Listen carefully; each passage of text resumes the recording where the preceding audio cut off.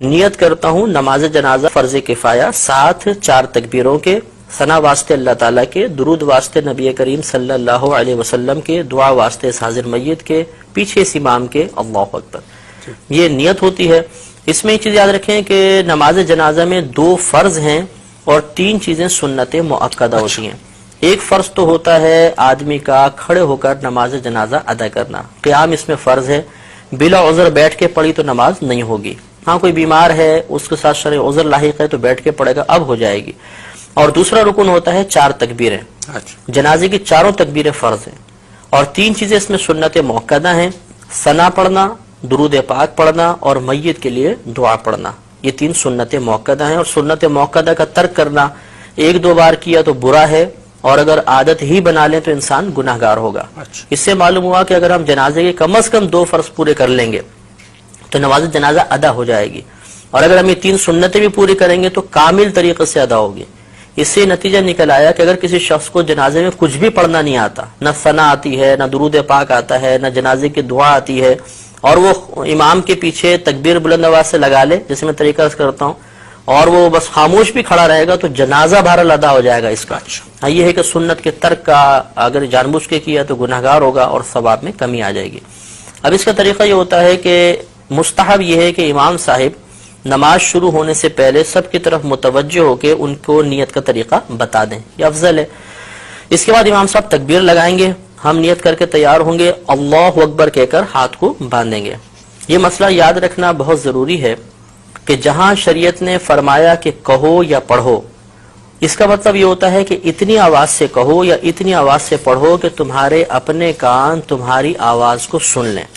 اس لیے اب ہمیں تکبیر لگانی ہے، اور جیسے پہلے بتایا کہ 4 تکبیریں فرض ہیں، تو اس میں اتنی آواز بلند رکھنا بھی فرض ہوگا کہ اپنے کان اپنی آواز کو سن لیں۔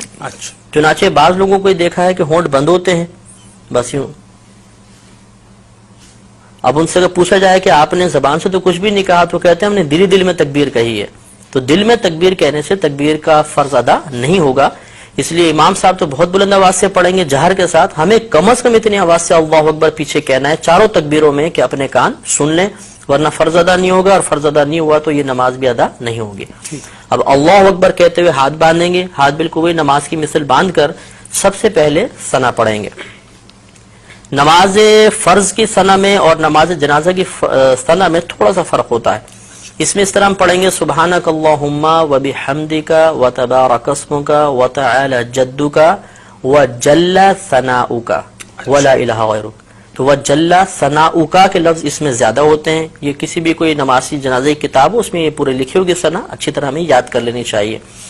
اس کے بعد ہم اگر ختم کر چکے ہیں انتظار کریں گے، امام صاحب دوسری تکبیر لگائیں گے۔ یہ یاد رکھیں کہ نماز جنازہ میں فقط پہلی تکبیر میں ہاتھ اٹھانے، باقی آگے کی 3 تکبیروں کے اندر ہاتھ نہیں اٹھائیں گے، لیکن زبان سے اللہ اکبر کہا جائے گا۔ تو بغیر ہاتھ اٹھائے اب اللہ اکبر کہیں گے، اور اس کے بعد اب ہم درود پاک پڑھیں گے۔ اس میں وہی درود پاک پڑھنا افضل ہے جو ہم عام نمازوں میں پڑھتے ہیں، یعنی درود ابراہیمی۔ لیکن اگر کسی کو یہ یاد نہ ہو تو کوئی بھی درود پاک پڑھ لیں، بلکہ یاد ہو اس کے باوجود دوسرا درود پاک پڑھیں گے تب بھی نماز ہو جائے گی، اور افضل یہ تھا کہ درود ابراہیمی پڑھا جاتا۔ اس کو پڑھنے کے بعد اب تیسری تکبیر لگے گی، ہاتھ نہیں اٹھائیں گے لیکن زبان سے اللہ اکبر کہیں گے، اور اس کے بعد اب میت کے لیے دعا کریں گے۔ اگر نابالغ لڑکا ہے تو اس کی علیحدہ دعا ہے، نابالغ بچی ہے علیحدہ دعا ہے، اور بالغ مرد و عورت کی ایک ہی دعا ہوتی ہے۔ یہ دعائیں ہمیں نماز جنازہ کی کتابوں سے یاد کر لینی چاہیے۔ اگر بالفرض کسی کو یہ دعائیں یاد نہ ہوں تو کوئی بات نہیں، وہ کوئی بھی ایسی دعا کر لیں کہ جس میں امور آخرت کے بارے میں کچھ طلب کیا گیا ہو، دنیاوی کوئی چیز نہ طلب ہو رہی ہو، آخرت کے بارے میں، تو یہ ہم کوئی بھی دعا اس میں پڑھ سکتے ہیں۔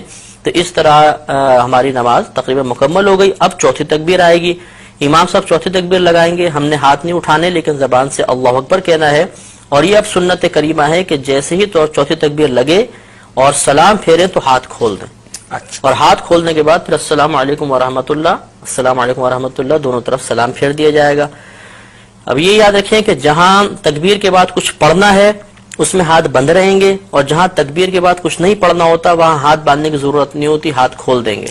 تو پہلی 3 تکبیروں میں چونکہ تکبیر کے بعد کچھ پڑھنا تھا تو ہاتھ بندے رہے، چوتھی میں کچھ محل ہی نہیں ہے پڑھنے کا تو ہاتھ کھول کر پھر پھر ہمیں سلام پھیرنا مفتی صاحب عموماً لوگ یہ غلطی کیا کرتے ہیں کہ صاحب وہ جو چوتھی تکبیر ہے اس میں ہاتھ اسی انداز سے بندھے رہتے ہیں اور سلام پھیرتے ہیں وہ مطلب یہ خلاف سنت ہو جائے گا. اچھا. نماز ہو جائے گی خلاف سنت ہے کہ ثواب میں کمی ہوگی. سنت یہی تھی کہ ہاتھ کھول کر پھر سلام پھیرے جائیں.